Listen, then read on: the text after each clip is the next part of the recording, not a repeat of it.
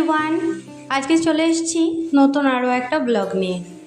আজকের ব্লগটা বানাবো আম কাসুন্দি।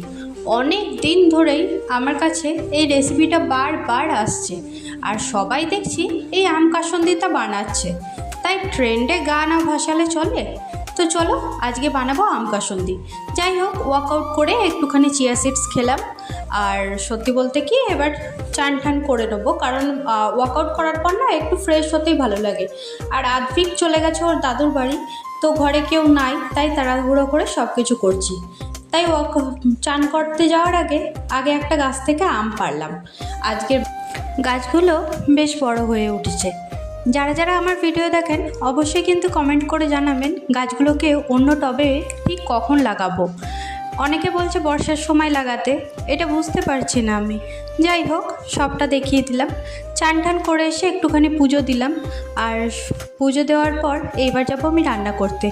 অন্যদিন চান করার আগেই অবশ্যই রান্নাটা করে রাখি, কিন্তু আজকে যথাযথ একটু স্পেশাল কিছু বানানো, তাই জন্য সব কিছু আগে থেকে রেডি করে রেখেছিলাম।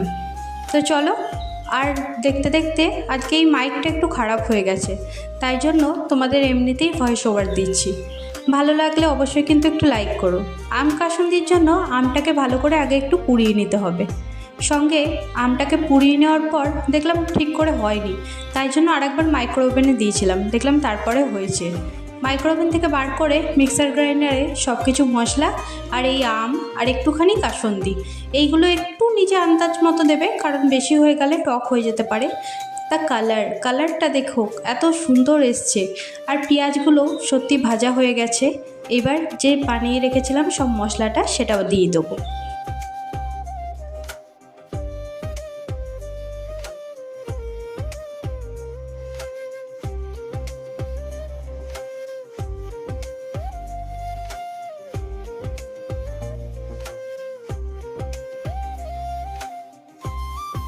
এবার ভিনিগারে ভিজিয়ে রাখা ভালো করে ধুয়ে রাখা মাংসটা দিয়ে দিলাম, সঙ্গে একটুখানি টক দই আর একটুখানি লঙ্কার গুঁড়ো দিয়েছিলাম।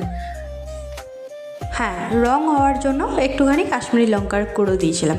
তারপরে কিছুক্ষণ এরকম হালকা কম আঁচে ফুটিয়ে ফুটিয়ে রান্না করতে হবে। আর একদম সত্যি বলতে একদম ঝাল মশলা, আমি যে প্রথমবারই এরকম ট্রাই করে এত দারুণ হবে চিকেনটা সত্যিই বুঝতে পারিনি। আমি ভেবেছিলাম হয়তো ট্রাই করব, আজকে সকালেও মাকে বলছিলাম যে ট্রাই করব, জানি না হবে কি না। ভালো, সত্যিই দারুণ হয়েছে, সবাই খেয়ে বলেছে সত্যিই দারুণ হয়েছে। ভিডিওটা ভালো লাগলে অবশ্যই একটা লাইক করবেন, যারা বানাতে চান অবশ্যই বানাতে পারেন।